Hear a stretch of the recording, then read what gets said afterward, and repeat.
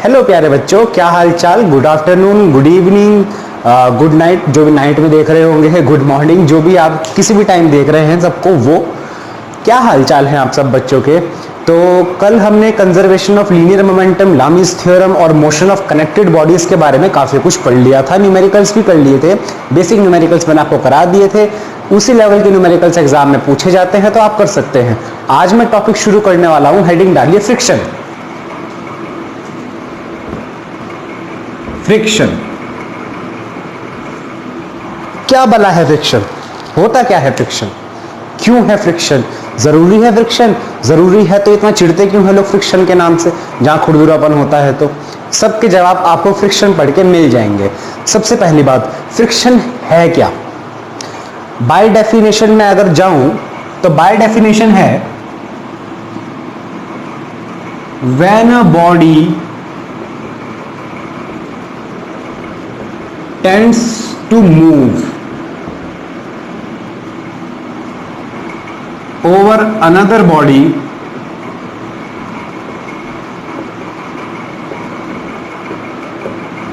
a force comes into play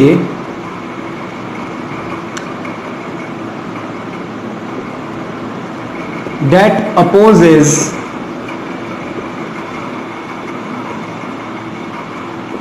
relative motion. ठीक है, ये तो हो गई एक प्रॉपर इंग्लिश डेफिनेशन। ठीक है, जो आप एग्जाम में अगर कुछ वैसे थ्योरी आएगा नहीं इसमें से, बाय चांस एक नंबर में आ गया, पूछ लिया तो आप लिखने लायक चीज है। अगर मैं आपको बताऊं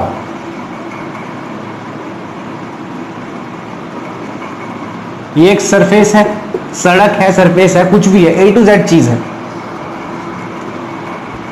इसके ऊपर कोई बॉडी रखी है मास m की।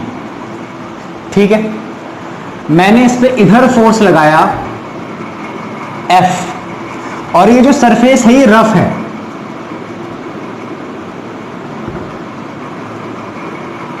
ये सरफेस है, रफ है। तो अच्छा, आप कोई भी चीज अगर पकड़ के खींचते हो, ऐसा नहीं है कि वो एकदम खींच जाए। हाँ, बहुत हल्की हो खींच जाती है, लेकिन स्टिल वो ऐसा तो नहीं है ना कि आपने ऐसे रस्सी पकड़ी और वो अपना आप खींच चली आएगी। कुछ ना कुछ 0.10 की पावर -10 न्यूटन फोर्स लगे, लेकिन फोर्स लगेगा उसके ऊपर।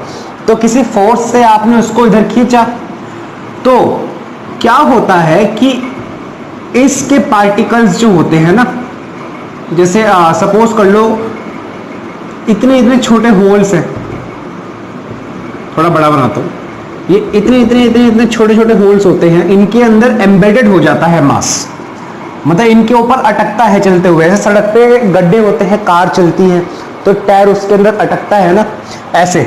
तो इन सब गड्ढों को ओवरटेक करने के लिए हम फोर्स लगाते हैं और इन सब गड्ढों की वजह से उल्टी दिशा में एक फोर्स लगता है जिसको हम फ्रिक्शन बोलते हैं, स्मॉल f से डिनोट करते हैं इसको। ठीक है, इस फोर्स को अगर मोशन इस डायरेक्शन में है, इस डायरेक्शन को अपोज करने के लिए, यानी कि रिलेटिव मोशन को अपोज करने के लिए फ्रिक्शन इस डायरेक्शन में लगता है। जो इस डायरेक्शन में फोर्स लगता है उसको हम फ्रिक्शन बोलते हैं। अब बात आती है कि चलो ये तो समझ में आई, फ्रिक्शन है क्या? फ्रिक्शन जरूरी है या नहीं है? तो काफी लोगों का आंसर होता है कि नहीं, फ्रिक्शन अच्छा नहीं होता, गाड़ी का एवरेज कम हो जाता है। लेकिन जरूरी भी है साहब। अगर आपसे कोई ये बात बोल दे कि क्या होगा अगर दुनिया में से फ्रिक्शन खत्म हो जाए, तो उसका आंसर आप क्या दोगे? सोचो सोचो, क्या दोगे उसका आंसर? उसका सिर्फ एक ही आंसर है, भाई साहब, दुनिया खत्म। दुनिया खत्म। दुनिया में कोई काम ऐसा नहीं है जिसमें फ्रिक्शन की यूज ना हो। एयर फ्रिक्शन तक होता है, हर चीज में कुछ ना कुछ होता है। चलो ज्यादा बोल दिया मैंने, 100% नहीं, 90% काम तो ऐसे होंगे ना जहां फ्रिक्शन चाहिए होगा। सड़क पे चलने से लेके सड़क पे गाड़ी चलाने तक, कुछ भी काम यार, आप A to Z कोई भी चीज याद कर लो, वहां फ्रिक्शन चाहिए होता है। आप सड़क पे चल रहे हो, Newton third law of motion में क्या बताया था मैंने कि आदमी जो है चलता है ऐसे, इस डायरेक्शन में, तो फ्रिक्शन फोर्स की वजह से फर्श पर टिक पाता है वो। आप एक छोटा सा एक्सपेरिमेंट घर पे कर लो। आपके यहाँ कोई फर्श होगा, उस टाइल्स वाला फर्श होता है जो टाइल्स लगी होती हैं जिस फ्लोर पे, वहां पे आप एक क्या करो, उसके ऊपर डिटर्जेंट का पानी डाल दो फर्श के ऊपर, तो वो स्लिपरी हो जाता है। 10th क्लास में पढ़ा था ना ये चीज, 10th क्लास में आपने पढ़ी होगी, 10th या 9th में, अगर मोशन चैप्टर में, मुझे एग्जैक्टली याद नहीं कि 9th में है या 10th में है, पार्डन मी, लेकिन उसमें आपने पढ़ा होगा ये एक छोटा सा एक्सपेरिमेंट एग्जांपल्स के तौर पे, कि पानी डाल दिया डिटर्जेंट वाला तो वो चिकना हो जाता है, इसलिए फ्रिक्शन जरूरी है। चिकना होता क्यों है, क्यों होता है चिकना डिटर्जेंट का पानी डाल के? क्योंकि जो ये पोर्स के बारे में मैंने आपको बताया है ना, डिटर्जेंट के मॉलिक्यूल्स इन पोर्स को भर देते हैं और ये एक टेंड टू स्मूथ सरफेस हो जाता है। टेंड टू 100% स्मूथ नहीं होगा साहब। अगर 100% स्मूथ हो जाएगा तो आप चल ही नहीं पाओगे कायदे से, तो फिर भी आप चल पाते हो ना, ऐसे धीरे धीरे पैर रख के चल पाते हो उसके ऊपर, तो इसलिए टेंड टू जीरो फ्रिक्शन हो जाता है। इसलिए टाइल्स के ऊपर आप चल नहीं पाते अगर उनमें डिटर्जेंट का पानी पड़ा हुआ हो, क्योंकि फ्रिक्शन ऑलमोस्ट, ये समझ लो कि अगर पहले 50% फ्रिक्शन था तो वो गिर के 10-15% पे रह जाता है, जीरो नहीं होगा। जीरो होगा तो आप चल ही नहीं सकते सर, उस पर आप चल ही नहीं सकते। ये होता है फ्रिक्शन। तो फ्रिक्शन को काफी जगह लोग बोलते हैं नेसेसरी इविल, मतलब इविल तो है, नुकसानदेह तो है कोई चीज शरीर के लिए, लेकिन जरूरी भी है। समझ रहे हो? नुकसानदेह तो है हमारे लिए, हमारी दुनिया के लिए, मतलब वियर एंड टीयर होता है मशीन मैकेनिकल पार्ट्स का, गाड़ी के टायर फ्रिक्शन ज़्यादा होता है तो एवरेज कम देती है गाड़ी। एक्चुअली मैं मैकेनिकल इंजीनियरिंग बैकग्राउंड से हूँ तो ज़्यादातर एग्जांपल मुझे इस फील्ड के ही याद आते हैं, लेकिन अगर ना हो ना भाई साहब, अगर ना हो तो ड्राइविंग शाफ्ट और ड्रिवन शाफ्ट का कॉन्सेप्ट होता है क्लच में। आप क्लच दबाते हैं तो हट जाती है, क्लच छोड़ते हैं तो ऐसे चलती है, तो एक शाफ्ट चलती है, उसके फोर्स से दूसरी शाफ्ट चलती है। अगर फ्रिक्शन नहीं होगा दोनों के बीच में तो अपना फोर्स ट्रांसफर ही नहीं कर पाएगी है, और ये ट्रांसफर फोर्स करते हुए ही जो फ्रिक्शन की वजह से लॉस होता है पावर का, उसी के कारण एवरेज निकलता है, एफिशिएंसी बोलते हैं जिसको। खैर ये बातें तो इंजीनियरिंग लेवल की हो गई, लेकिन मैं आपको बेसिक आइडिया दे रहा हूं कि फ्रिक्शन जरूरी कितना है और है हमारा दुश्मन। कुछ दुश्मन दुनिया में ऐसे होते हैं जो जिनका होना जरूरी होता है, लेकिन होते हैं हमारे दुश्मन ही हैं। तो फ्रिक्शन आपको समझ में आ गया। अच्छा, फ्रिक्शन होते हैं दो तरह के आपके। पहला फ्रिक्शन होता है आपका रोलिंग फ्रिक्शन।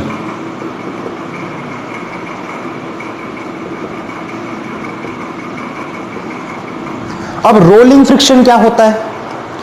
देखो बच्चों, अगर दो बॉडी, या हम दो बॉडी की बात कर रहे हैं, आप सिंपल भाषा में समझो, एक बॉडी है दूसरी बॉडी के ऊपर चल रही है, अगर वो रोल कर रही है, हमने क्या बोला कि मूव ओवर अदर बॉडी, तो मूव तो वो किसी भी तरीके से कर सकती है, टॉपलिंग कर सकती है, स्लाइड कर सकती है, रोल कर सकती है, कुछ भी कर सकती है।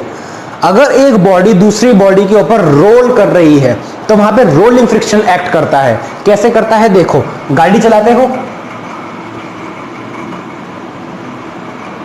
ये रोड है,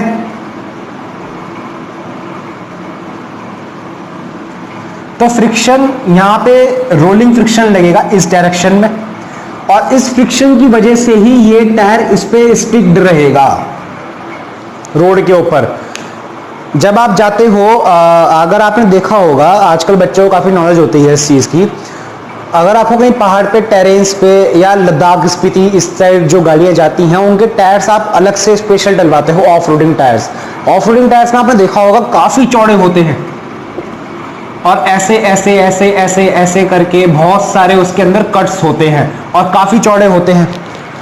तो उससे होता क्या है कि एरिया ऑफ फ्रिक्शन बढ़ जाता है, और जितना एरिया बढ़ेगा उतना फ्रिक्शन रहेगा, उतनी पकड़ रहेगी। क्योंकि अगर आपको मिट्टी में चलानी है या पथरीले रास्तों पर चलानी है गाड़ी, तो वहां पे फ्रिक्शन चाहिए, टायर ना फिसले आपका रोड के ऊपर, तो फ्रिक्शन चाहिए होता है वहां पे।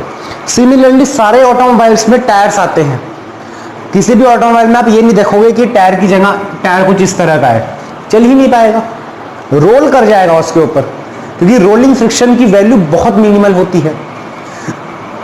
रोलिंग फ्रिक्शन की वैल्यू बहुत मिनिमल होती है। दूसरा एक टाइप होता है फ्रिक्शन का, स्लाइडिंग फ्रिक्शन, जो मैं पढ़ाऊंगा आगे।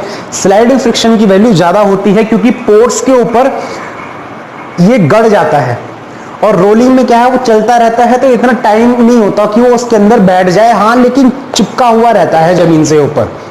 ये मैं आपको सिंपल भाषा में समझा रहा हूं, इसकी इंग्लिश आप खुद बना सकते हैं, या कोई भी बुक अगर आप फॉलो कर रहे हो तो उस बुक से आप देख के लिख सकते हैं। समझा कॉन्सेप्ट मैं आपको समझा दूंगा। मेरे नोट्स की बात, अगर मैं पूरे यहाँ पे लिखने लगा तो बेटा बहुत टाइम लग जाएगा, खाली लॉज ऑफ मोशन खत्म करने में 15 दिन और लग जाएंगे अभी, तो अभी मैं सिर्फ बोल के आपको बता रहा हूँ। चलिए आगे बढ़ते हैं। एक क्वेश्चन एग्जाम में जनरली जो मास्टर जी होते हैं आजकल के स्कूल के, वो बच्चों को टेस्ट करने के लिए क्वेश्चन पूछते हैं कि वाई लेस इन्फ्लेटेड टायर जो होते हैं गाड़ी के, उनसे एवरेज क्यों गिरता है, गाड़ी का एफिशिएंसी क्यों खत्म हो जाती है। तो उसका सिंपल सा आंसर ये है सर, देखो जब टायर चल रहा है, मान लो एक टायर है इसमें काफी हवा है, तो उसका एरिया ऑफ कांटेक्ट कुछ कम होगा रोड के साथ, ठीक है। एक टायर है जिसमें हवा कम है, उसका एरिया ऑफ कांटेक्ट ज्यादा होगा। अब जितना सर एरिया ऑफ कांटेक्ट ज्यादा होगा रोड के साथ, उतना ज्यादा उसके ऊपर फ्रिक्शन लगेगा। अब जितना ज्यादा टायर के ऊपर फ्रिक्शन लगेगा, उतना ज्यादा हमें एक्सेलरेशन प्रोवाइड करना पड़ेगा गाड़ी को एक्सेलरेटर से, यानी कि हमें और ज्यादा पावर इनपुट की जरूरत पड़ेगी। आउटपुट तो सर हमारा इधर भी 40 किलोमीटर की स्पीड का आ रहा है, इधर भी 40 किलोमीटर की स्पीड का आ रहा है, लेकिन यहाँ पे पावर इनपुट ज्यादा है और यहाँ पावर इनपुट कम है, क्योंकि इसका एरिया ऑफ कांटेक्ट कम है। तो एफिशिएंसी क्या पढ़ी थी हमने, एफिशिएंसी पढ़ी नहीं है, वर्क पर एनर्जी में पढ़ेंगे, लेकिन आपको पता ही होगा power input upon power output. अब जब power output upon power input, अब जब सर पावर आउटपुट तो दोनों की सेम है, लेकिन इनपुट इसकी बढ़ जाएगी, तो जाहिर सी बात है एफिशिएंसी कार की कम हो जाएगी। और दूसरा नुकसान क्या होगा, टायर का वियर एंड टियर फ्रिक्शन की वजह से बहुत ज्यादा हो जाएगा, ठीक है। इसलिए कहते हैं कि टायर के अंदर एक ऑप्टिमल हवा भरनी चाहिए, ज्यादा भरोगे तो एरिया ऑफ कांटेक्ट बहुत कम हो जाएगा, तो उससे क्या होगा, जो एरिया लगातार कांटेक्ट में है रोड के, वो उस एरिया का वियर एंड टियर बहुत ज्यादा हो जाएगा, क्योंकि टायर की शेप कुछ इस तरह की बन जाएगी। हमें चाहिए टायर की शेप ऐसी, ना तो ऐसी चाहिए बिल्कुल ही लेस इन्फ्लेटेड है, ना ओवर इन्फ्लेटेड टायर चाहिए, हमें चाहिए ऑप्टिमल लेवल टायर का, कुछ इस तरह रहना चाहिए टायर आपका। एक परफेक्ट एरिया, जो 35 प्रेशर हम बोलते हैं ना, हवा भरवाने आता है कि सर 35 कर देना प्रेशर इसका, ये 40 कर देना प्रेशर, वो इसीलिए होता है। आया समझ में फ्रिक्शन के बारे में, इसलिए कहते हैं कि टायर में हवा अच्छी रहनी चाहिए। ये क्वेश्चन एग्जाम में आ सकता है, ठीक है। आप कुछ इसमें से नोट करना हो, डेफिनेशन लिखनी हो या डायग्राम बनाना हो तो बना लो, उसके बाद हम स्लाइडिंग फ्रिक्शन करते हैं। तो चलिए स्लाइडिंग फ्रिक्शन पढ़ते हैं। अब स्लाइडिंग फ्रिक्शन क्या बला है सर, स्लाइडिंग फ्रिक्शन क्या बला है बेटा। देखो रोलिंग के बारे में हमने क्या पढ़ा कि जब बॉडी रोल करती है किसी दूसरी बॉडी के ऊपर, तो वहां पे रोलिंग फ्रिक्शन आ जाता है। स्लाइडिंग फ्रिक्शन की अगर मैं बात करूं, when a body slides over another body, the force which opposes the relative motion is called sliding friction। वो वाला फोर्स ऑफ फ्रिक्शन जो that comes into play when a body slides over another body, मतलब कि जब इस तरह की body इधर मैं फोर्स लगाऊं और इस डायरेक्शन में चल रही है, तो यहां पे जो फ्रिक्शन डेवलप होगा ये होगा स्लाइडिंग फ्रिक्शन, क्योंकि ये बॉडी स्लाइड कर रही है इस डायरेक्शन में सरफेस के ऊपर, ठीक है। ये होगा स्लाइडिंग फ्रिक्शन। अब स्लाइडिंग फ्रिक्शन में सर दो होते हैं हमारे, एक होता है स्टैटिक फ्रिक्शन, एक होता है kinetic friction.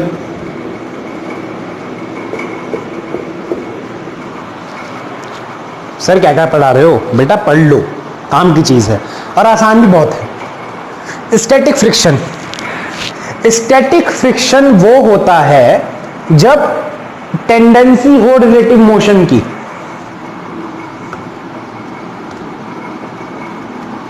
comes into play when there is a tendency of relative motion, और काइनेटिक होता है जब मोशन हो रहा होता है, हो रहा हो, मोशन हो रहा हो। ठीक है, नोट कर लो, अपनी भाषा में लिख लेना। स्टैटिक फ्रिक्शन में क्या होता है, सपोज करो मैंने इधर फोर्स लगाया, अब कोई एक चीज है आपने खींचा तो एकदम तो नहीं खींचेगी, वो थोड़ा रुकी रहेगी। छोटी चीज इमेजिन मत करो अपने दिमाग में, इमेजिन करो कि संदूक होता है सबके घरों में, बॉक्स होते हैं, बड़े बड़े सामान रखते हैं, बेड होते हैं जिसके अंदर बॉक्स होते हैं। आपने उसको एक तरफ से ऐसे पकड़ के खींचना स्टार्ट किया। सपोज करो कि ये बेड है आपका, ये आपका बेड है, आप यहां खड़े हो, छी आप यहां खड़े हो, आपने इसको पकड़ा और खींचना शुरू करा। ठीक है, आप बड़े होंगे बेड से, इमेजिन कर लो कि आप छोटे हो, मतलब डायग्राम के लिए आपने खींचना शुरू करा, एकदम खींच जाएगा? नहीं खींचेगा। आप धीरे धीरे अपना फोर्स बढ़ाना शुरू करोगे, नहीं खींचा, और फोर्स बढ़ाया आपने, तब जाके वो खींचा। अब यहीं से मैं आपको सारी चीज समझा दूंगा।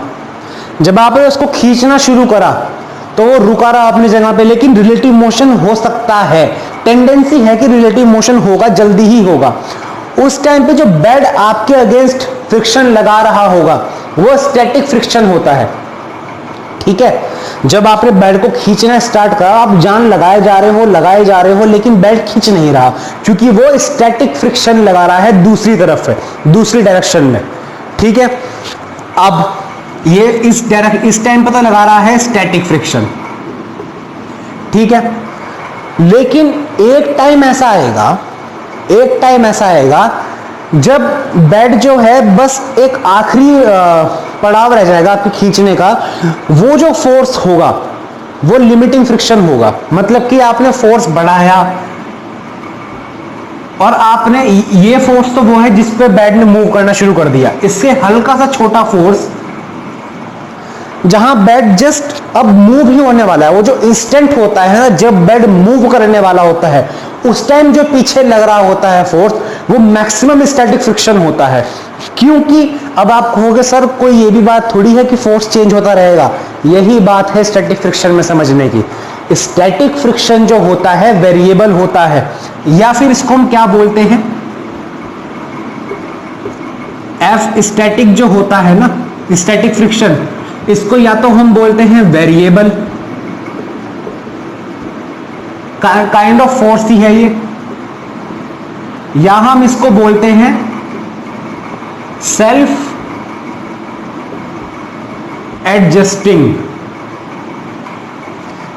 एडजस्टिंग होता है, या इसको वेरिएबल बोलते हैं। मतलब जैसे जैसे आपका फोर्स बढ़ता रहेगा, ऐसे ऐसे स्टैटिक फ्रिक्शन की वैल्यू पीछे की तरफ बढ़ती रहेगी। कब तक ऐसा होता रहेगा?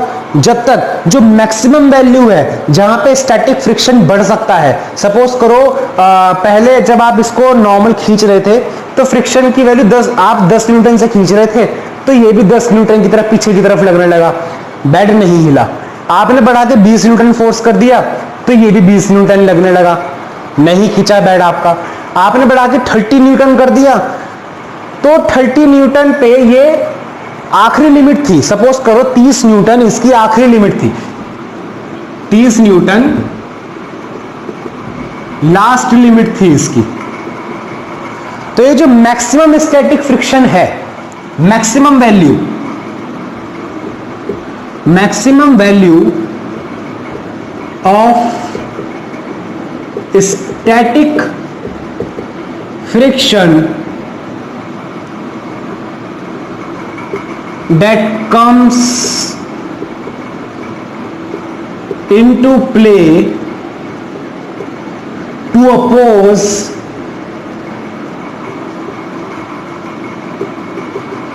relative motion is called limiting friction।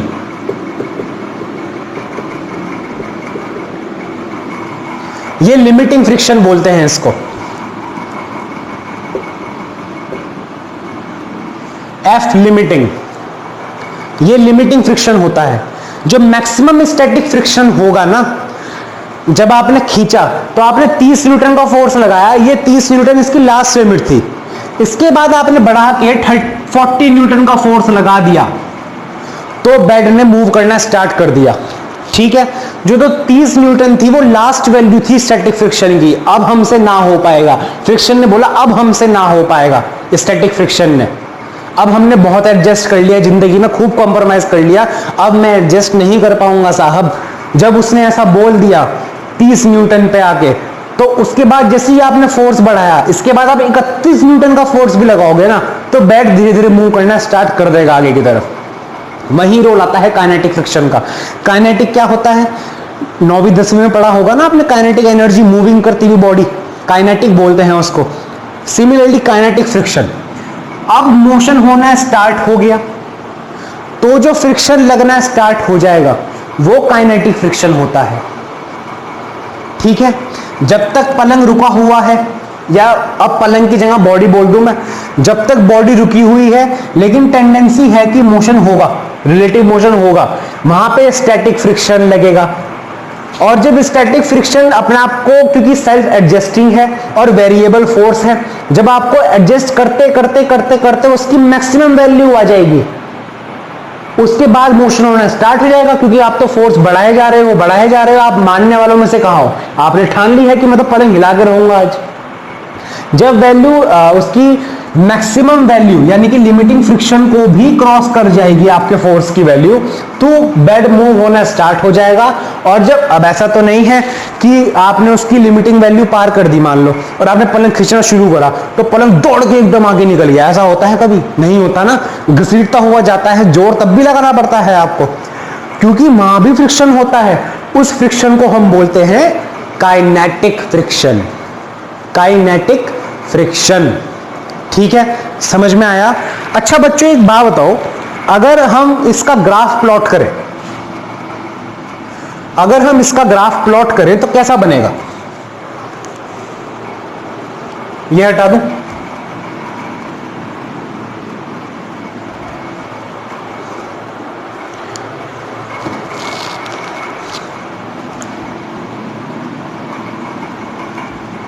ठीक है, थोड़ा टेढ़ा मेढ़ा है, थोड़ा सा एडजस्ट कर लो यार, सीधी लाइन खींची नहीं जाती मुझसे।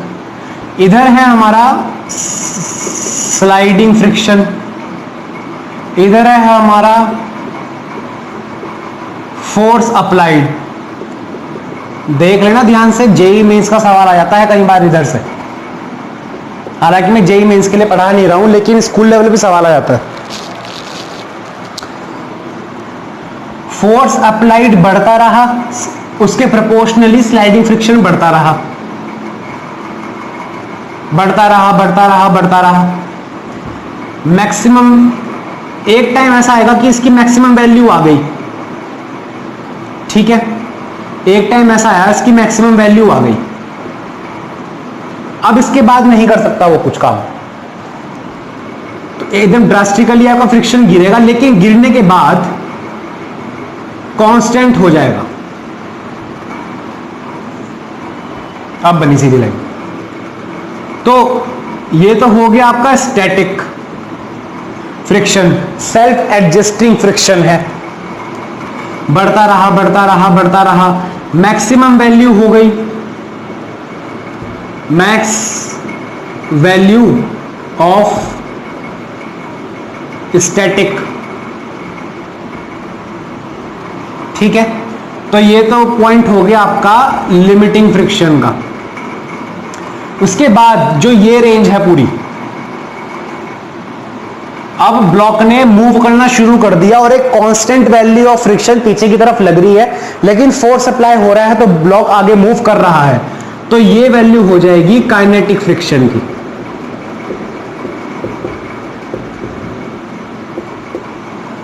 ठीक है, ये वैल्यू हो जाएगी काइनेटिक फ्रिक्शन की। नोट कर लो आप इसको पहले। अब बात हम यहां थोड़ा काइनेटिक फ्रिक्शन की करते हैं पहले।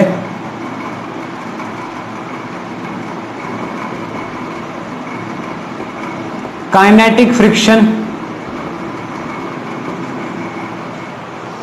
अब काइनेटिक फ्रिक्शन की जब बात होगी, पहली बात तो ये कब लगता है, जब रिलेटिव मोशन हो रहा हो। दूसरा पॉइंट ग्राफ से बताया था अभी मैंने, कांस्टेंट वैल्यू होती है, कांस्टेंट वैल्यू होती है। कोफिशिएंट जो इसका फ्रिक्शन का कोफिशिएंट, चलो बताता हूं मैं आपको। अगर कांस्टेंट है, प्रोपोर्शनल होता है,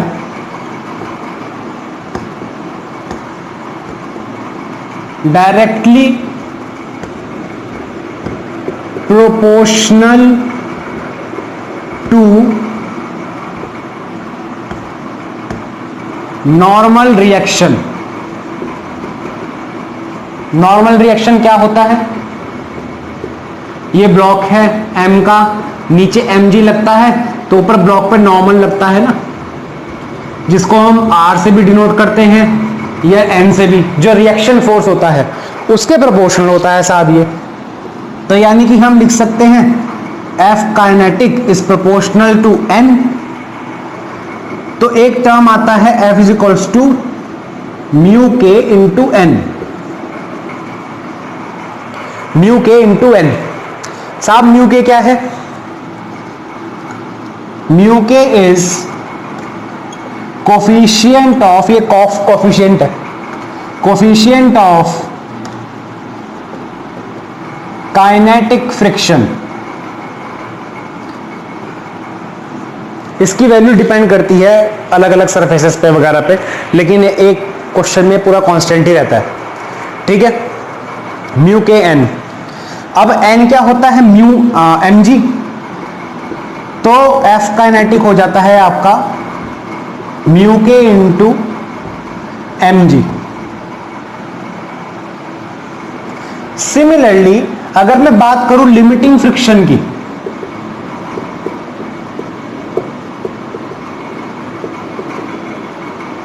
अगर मैं बात करूं लिमिटिंग फ्रिक्शन की, वहां पे फोर्स ऑफ फ्रिक्शन हो जाता है न्यू लिमिटिंग इंटू एन। अब हमारे सिलेबस में 11th क्लास के जितने भी क्वेश्चन हैं, 99% क्वेश्चन में बस एक म्यू दिया जाता है, एक म्यू देते हैं, कोफिशिएंट ऑफ, लिख देते हैं कि given that coefficient of friction between the two surfaces is points, जितना भी है 1 से छोटा होता है म्यू, ठीक है, म्यू ऑलवेज लेस देन 1, ठीक, कोई भी वैल्यू दे देते हैं। तो उस केस में क्या होता है कि हम अपने, वैसे होता नहीं है ये, लेकिन हमारे सिलेबस में ज्यादातर क्वेश्चंस में माना जाता है कि जो म्यू के है वो म्यू लिमिटिंग के इक्वल है।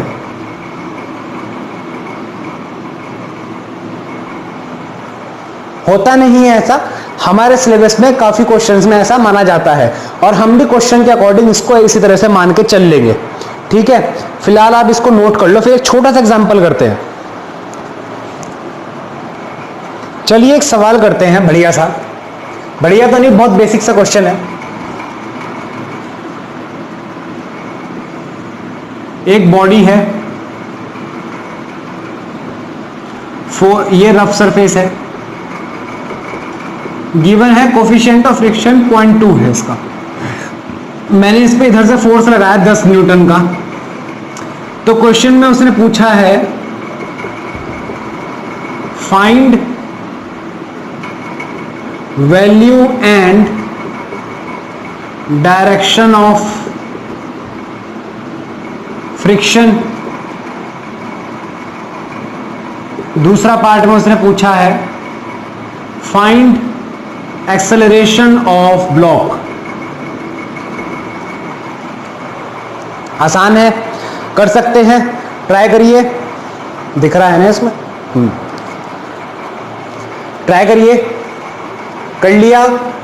कर लिया ट्राई? चलिए मैं करता हूं, अगर नहीं कराया तो पॉज करके ट्राई कर लीजिएगा, बहुत ही आसान क्वेश्चन है। चलिए देखते हैं भाई, हम म्यू गिवन, अब मैंने आपको बताया था ना म्यू हम सेम सब कुछ सेम लेते हैं। एक्सेलरेशन पूछ रहा है, पहले हम चेक करते हैं फ्रिक्शन फोर्स कितना लग रहा है इसके ऊपर। फ्रिक्शन फोर्स कितना लग रहा है? Mu N. इसका एफबीडी बनाएं, अगर ये हटा दूं फिलहाल,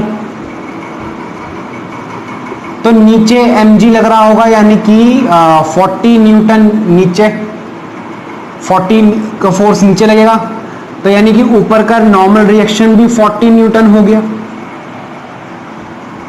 तो 0.2 इंटू 40, ठीक है, कितना आया? 8 न्यूटन। तो ये तो बात समझ में आ गई कि 8 न्यूटन का फ्रिक्शन है, 10 न्यूटन का फोर्स है, तो ब्लॉक तो मूव करेगा। अब एक्सेलरेशन निकालने के लिए न्यूटन सेकंड लॉ क्या था? F net is equals to m a. Net force कितना लग रहा है? 10 माइनस 8। बच्चे क्या करते हैं, 10 से ही मल्टीप्लाई करके यहां पे फ्रिक्शन तो निकाल देंगे, पूरा समझदारी करेंगे, फ्रिक्शन निकाल देंगे, मेरे साथ हुआ है ऐसा। और नेट फोर्स में क्या करेंगे, F is equals to m a लिख के 10 is equals to 4 into a कर देंगे और 2.5 का एक्सीलरेशन निकाल देंगे, जो कि सरासर गलत है। नेट फोर्स होता है एम ए के इक्वल। जब मैंने आपको न्यूटन सेकंड लॉ पढ़ाया था, मैंने वहां पे स्पेशली ये बात बहुत बार दोहराई थी कि एफ नेट होता है हमेशा 10 minus 8 is equals to 4a। तो एक्सेलरेशन हो गया आपका 1/2 या 0.5 मीटर पर second square. Direction of friction क्या होगा? Opposite to relative motion.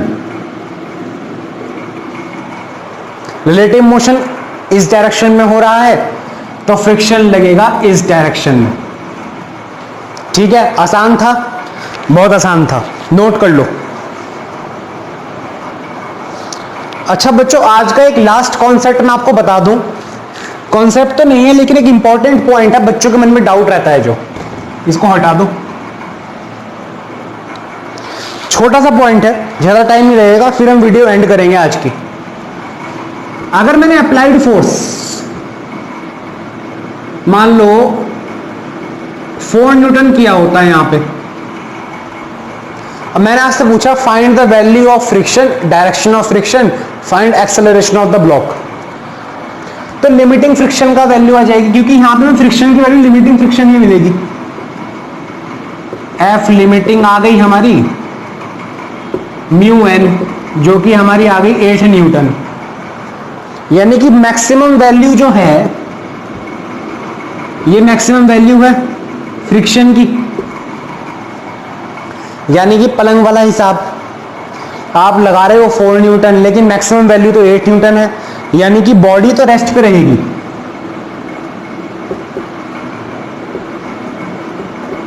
Body तो रेस्ट पे रहेगी, लेकिन क्यों रहेगी रेस्ट पे? क्यों रहेगी रेस्ट पे? अभी तक हमने क्या पढ़ा था? हमने पूरा न्यूटन लॉ ऑफ मोशन में क्या पढ़ा है कि इधर F1 लग रहा है, इधर F2 लग रहा है, तो F नेट क्या होता है? अगर F2 बड़ा है F1 से तो F नेट क्या होता है? F2 minus F1 is equals to ma। पढ़ा है ना हमने Newton second law of motion में। तो यहाँ पे इस हिसाब से तो ये होना चाहिए, F2 8 न्यूटन का है, अप्लाइड हमारा 4 न्यूटन का फोर्स है, इज इक्वल्स टू 4a, तो एक्सेलरेशन इसका 1 मीटर पर सेकेंड स्क्वायर होना चाहिए इस डायरेक्शन में, लेकिन ऐसा नहीं हो रहा। क्यों? क्यों नहीं हो रहा? क्या आंसर है इस चीज का? क्यों नहीं हो रहा? इसीलिए नहीं हो रहा सरकार, मैंने भी थोड़ी देर पहले आपको क्या बताया था ग्राफ के थ्रू कि अप्लाइड फोर्स बढ़ता रहता है, स्टैटिक फ्रिक्शन बढ़ता रहता है, बढ़ता रहता है, बढ़ता रहता है, ये मैक्सिमम वैल्यू आके फिर डिक्रीज होके काइनेटिक फ्रिक्शन में कन्वर्ट हो जाता है, बताया था ना। अभी ये लिमिटिंग फ्रिक्शन की वैल्यू भले ही है, लेकिन जब तक हम इस पे अचीव आ नहीं जाते तब तक स्टैटिक फ्रिक्शन की वैल्यू अप्लाइड फोर्स के इक्वल ही रहेगी। स्टैटिक फ्रिक्शन की वैल्यू एफ स्टैटिक इक्वल रहती है एफ अप्लाइड के,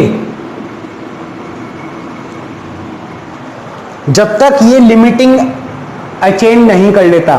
क्योंकि अगर आप किसी चीज को खींच रहे हो 2 न्यूटन से, तो वो सिर्फ आपके फोर्स को बैलेंस करने लायक ही फ्रिक्शन पीछे की तरफ लगाएगा, अगर बॉडी को इक्विलिब्रियम में रखना है तो। और रखना प्रायोरिटी होती है इक्विलिब्रियम में बॉडी को। इक्विलिब्रियम कंडीशन में स्टैटिक जो है अप्लाइड के इक्वल हो जाता है। याद आ गया कॉन्सेप्ट सारा। इसीलिए ये 8 न्यूटन की तरफ इसका रिलेटिव मोशन नहीं होगा। ये है पूरा कॉन्सेप्ट फ्रिक्शन का। यहां से आपकी आंखें खुल गई होंगी, अरे वाह क्या बात बताई है सर ने, बोल दो क्या फर्क पड़ता है। यानी कि जो F2 हो जाएगा इस केस में वो F1 के इक्वल रहेगा। जैसे जैसे F1 बढ़ता रहेगा उसी प्रोपोर्शन में ये वाला F बढ़ता रहेगा। तो इन दोनों का डिफरेंस हमेशा 0 रहेगा इक्विलिब्रियम में अगर बॉडी को रखना है तो। और अगर आपसे एग्जाम में पूछ ले कि maximum value of applied force to keep the body in equilibrium, तो maximum value of applied force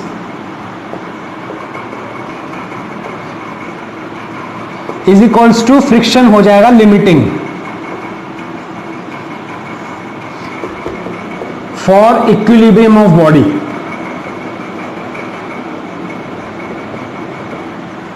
अगर बॉडी को आपसे किसी ने पूछ लिया कि भाई साहब इस बॉडी को हमने रेस्ट पे रखना है, तो बताओ मैक्सिमम फोर्स की वैल्यू क्या होगी। अगर कोफिशिएंट ऑफ फ्रिक्शन ये है, मास इस बॉडी का ये है, अगर मास इस बॉडी का 40 किलो है, कोफिशिएंट ऑफ फ्रिक्शन 0.2 है, तो बताओ मैक्सिमम वैल्यू ऑफ उसकी आपके अप्लाइड फोर्स की क्या होनी चाहिए कि ये बॉडी रेस्ट पे रहे। आप खट से बोल दोगे 8 न्यूटन। भाई फ्रिक्शन, लिमिटिंग फ्रिक्शन निकाल दो, क्योंकि क्या होगा इस पॉइंट पे बॉडी भी रेस्ट पे रहेगी और मैक्सिमम वैल्यू भी रहेगी फ्रिक्शन की। तो अप्लाइड फोर्स की मैक्सिमम वैल्यू होगी वो अल्टीमेटली जिस बॉडी पे, क्योंकि उसके बाद तो अप्लाइड फोर्स लगाते ही बॉडी मूव करनी शुरू हो गई। यानी कि maximum value of applied force जहां पे बॉडी रेस्ट पे रहे वो लिमिटिंग फ्रिक्शन के अकॉर्डिंग रहती है। और अगर बॉडी रेस्ट पे है, जब तक फ्रिक्शन की वैल्यू लिमिटिंग को नहीं छू जाती तब तक वो अप्लाइड फोर्स के इक्वल ही रहती है। अगर ऐसा ना हुआ होता तो बॉडी जो है फ्रिक्शन फोर्स की तरफ रिलेटिव मोशन करना स्टार्ट कर देती न्यूटन के सेकंड लॉ के अकॉर्डिंग तो। लेकिन स्टैटिक फ्रिक्शन अपने आप में सेल्फ एडजस्टिंग होता है, सेल्फ एडजस्ट हो के लिमिटिंग तक पहुंचता है, वरना तब तक वो अप्लाइड फोर्स के इक्वल ही रहता है। समझ में आया? बहुत प्यारा कॉन्सेप्ट था ये, इसको नोट जरूर कर लेना। और आज की वीडियो हम यही एंड करते हैं। अगली वीडियो में हम पढ़ेंगे angle of friction, angle of repose, उसके बाद हम प्यारे प्यारे न्यूमेरिकल करेंगे 3-4 फ्रिक्शन के ऊपर। हमारा फ्रिक्शन का टॉपिक वहां खत्म हो जाएगा। आई नो थोड़ा लेंथी टॉपिक है फ्रिक्शन का, लेकिन मजेदार है, थोड़ा टाइम देके पढ़ना पड़ता है ये। चलिए तब तक के लिए अपना ध्यान रखिए। Thank you.